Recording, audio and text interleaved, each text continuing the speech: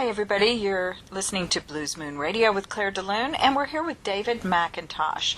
And he is a member of the South Carolina Historic Aviation Foundation. They will be putting on an event celebrating D-Day's 70th anniversary on June 7th.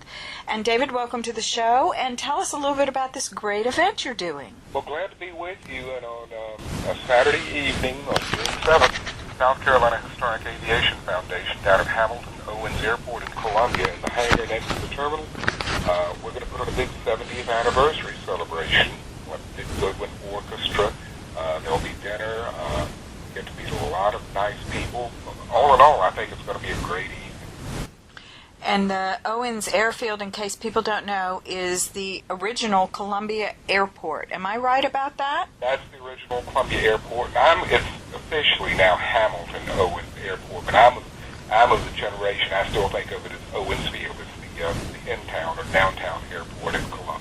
I had no idea it had changed. I know it's on Jim Hamilton Boulevard, and that's named after the person who ran it for so long. Am I right about that? Hamilton was the airport manager for many years, instrumental in bringing it up to its current, I think, very impressive state.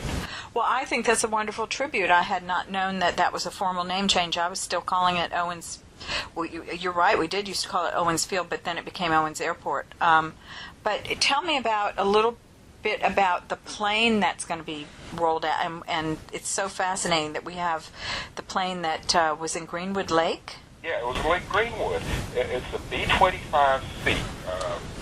Aviation aficionados know the B-25 is the Mitchell bombers, the same model. In fact, the B-25C, that's the same model that Colonel Jimmy Doolittle and the Doolittle Raiders flew off the deck of the USS Hornet in 1942 to launch the raid against Tokyo. And this particular plane, it was used at Columbia Army Air Base, which is now Columbia Metropolitan Airport, which was the world's largest B-25 training facility during the Second World War. Well, on June 6th of 1944, an important day, the plane had to ditch in Lake Greenwood and spent all those years underwater.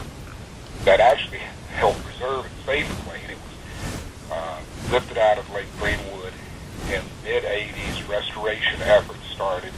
And then a few years back, the South Carolina Historic Aviation Foundation was founded to take responsibility for that plane and keep it from leaving the state of South Carolina.